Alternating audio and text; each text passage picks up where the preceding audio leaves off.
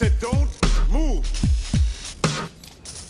I thought the police always said freeze. Well, I am the police. When I say don't move, Snow White, you move, you're dead. When I say I'm dead, I move. When I say I'm dead, and I move, I move, I move. Motherfuckers in the down. Motherfuckers in the down. Swing a booty around.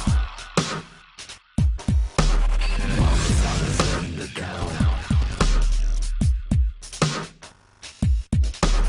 Motherfuckers in the down. Swing a booty around. Motherfuckers in the down. Swing a booty around. Shake it all up and down. Motherfuckers in the down. Booty bump to the sound. No more moves to the ground.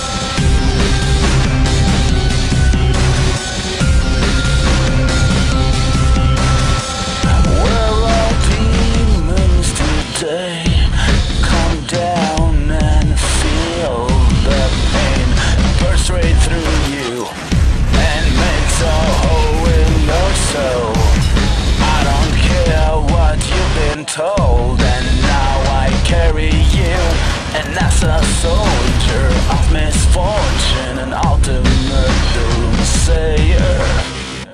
I want you to feel, and I know you will, and everything you see will bleed straight through, reveal the truth. Anything can happen, you say. I never tried to get it, I never tried to fit in, and now I'm falling through. Fire, when ready, ready. Fire.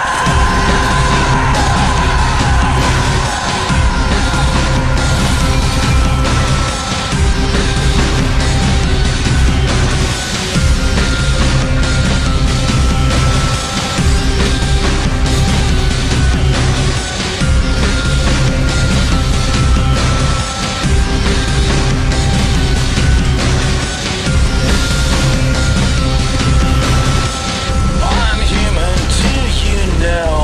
Everything so's dead. I'm human, do you know? Talented scavengers. I'll hold you down, you'll be my bait, I'll throw you to my slaves. I stick to my lies, and everything is shallow. I know there's no use to pray. I am a demon today. We're all demons today. We drown in soil, we're flooded. As it happens, I'm still trying to be human. I never tried to fit in, and now I'm falling through.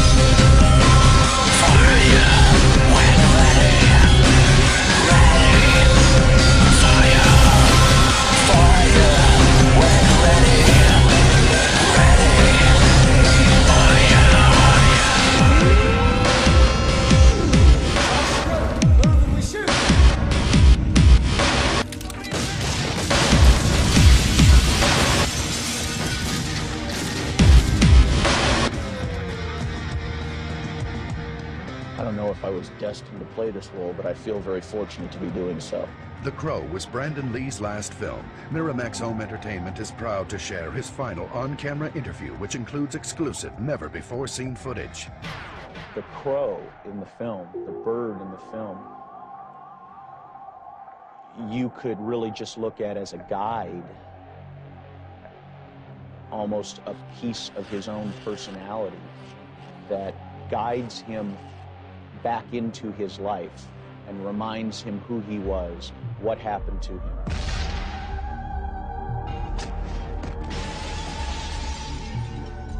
This is a person who has been pushed right to the limits of his ability to cope with what is going on, and in a sense is quite mad sometimes. In a sense is completely insane. Almost in the sense that you might think of an insane person having voices, you know, more rational voices that try and guide him, more irrational voices that come from a more emotional, more deep-seated place. I think that the crow is that rational voice. The crow is his guide. The crow helps Eric do what he has to do in a very practical sense. It leads him to the places that he has to be. It helps him find the people that he has to find. Come on.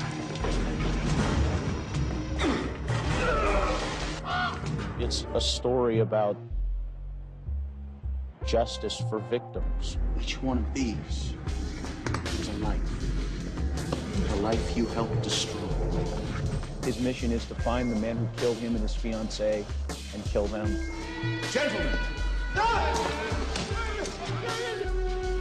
just want him. It's a wonderful role, and it really is a role that you have to take risks with. It gives you a wonderful opportunity to take those risks and stretch, because you tell me how somebody who comes back from the dead is going to behave, you know? Remove your dead. And I say I'm dead, and I move. And that's one of the wonderful things about playing this character is it's a real, you can really take the gloves off in playing this part, because there are no rules about how a person who has come back from the dead is going to behave. Listen! I'm sure you'll remember. You killed him on Halloween. You can't be you. We put you through the window. There ain't no coming back. And then there's the part of him that is filled with rage towards what was done to him. And one of the things I like best about this movie is the fact that all of those parts of the character are given balance on the screen.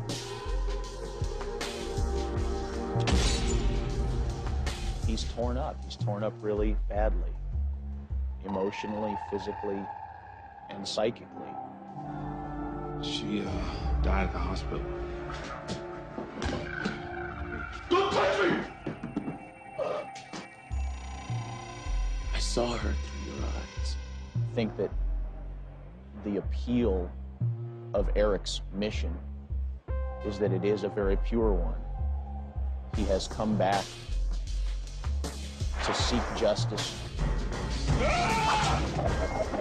I've done other films that have had violence in them, but I must say I've never done anything where I felt that the violence was as justified as it is in this.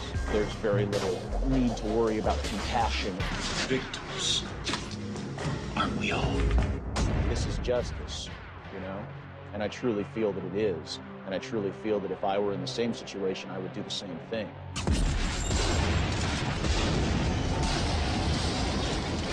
He has something he has to do, and he is forced to put aside his own pain long enough to go do what he has to do. To tell the rest of them that death is coming for them. Tonight. This film deals with the concept of a balance being struck between good and evil. I gave this to Shelley once. I think she'd like you to have it. Because we do not know when we will die, we get to think of life as an inexhaustible well. And yet everything happens only a certain number of times, and a very small number, really. How many more times will you remember a certain afternoon of your childhood? An afternoon that is so deeply a part of your being that you can't even conceive of your life without it. Perhaps 4 or 5 times more, perhaps not even that. How many more times will you watch the full moon rise? Perhaps 20, and yet it all seems limitless.